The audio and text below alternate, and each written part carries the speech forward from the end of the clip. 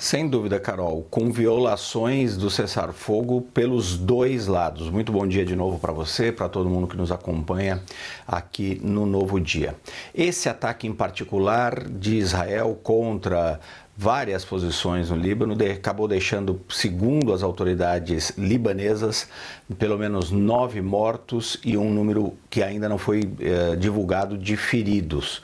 Muita gente teria sido ferida também nesses ataques. Israel diz que isso era uma resposta aos ataques anteriores do Hezbollah contra posições do exército israelense numa área chamada de Fazendas de Shiba, que é uma área disputada desde 1967, ocupada hoje pelo governo israelense. O Hezbollah e o governo libanês sempre consideraram que essa é uma área do Líbano, mas não é um conflito recente, é de 1967, daquela guerra há mais de 50 anos.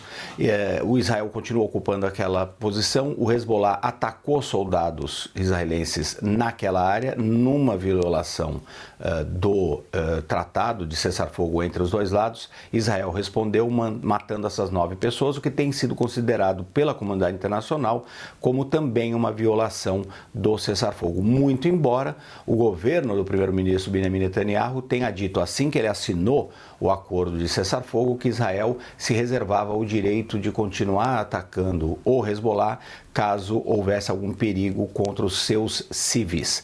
Isso tudo mostra como esse acordo é frágil, Carol, como você muito bem lembrou.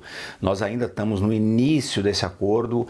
Israel fez o ataque, mas diz que continua comprometido o governo israelense a manter esse cessar-fogo, mas depois de mais de um ano de hostilidades, a gente ainda tem um terreno muito volátil, com muitas atividades militares dos dois lados e com essas provocações e ataques que começaram, neste caso específico, por esses ataques que também não têm nenhuma justificativa do Hezbollah contra as posições israelenses. Os dois lados dizem que continuam determinados a manter esse acordo, mas a gente vê esse tipo de ataque que pode desestabilizar completamente a área mais uma vez e voltar a criar essa guerra mais aberta entre os dois lados. E, infelizmente, a gente continua vendo pessoas morrendo, como essas 9 pessoas que morreram, segundo as autoridades libanesas, nesses ataques israelenses. Tanto os Estados Unidos como a França, que foram os dois países que mais ajudaram a tentar concretizar esse cessar-fogo, criticaram os dois lados, pediram calma e pediram que ambos, Hezbollah e governo israelense, obedeçam os termos do cessar-fogo e acabem com as hostilidades de lado a lado. Só que, na prática, isso é muito difícil de acontecer, Carol. Quanto que essa fragilidade, Américo, expõe ainda mais a questão da faixa de Gaza? O quanto se torna ainda mais difícil qualquer acordo, qualquer avanço para o fim dos conflitos também naquele território?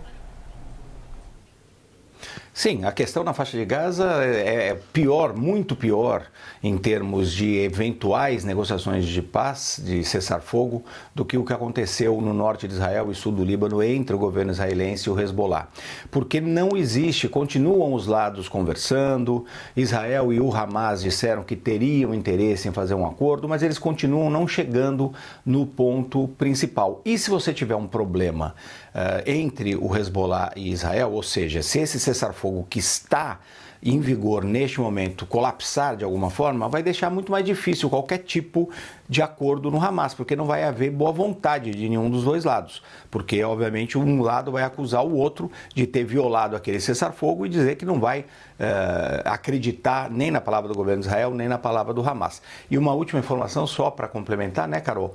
Ontem o presidente eleito dos Estados Unidos, Donald Trump, disse que vai tomar medidas drásticas, vai transformar a região no inferno se o Hamas não libertar antes da sua posse todos os reféns israelenses que continuam em seu poder, numa clara violação, inclusive, de acordos de guerra.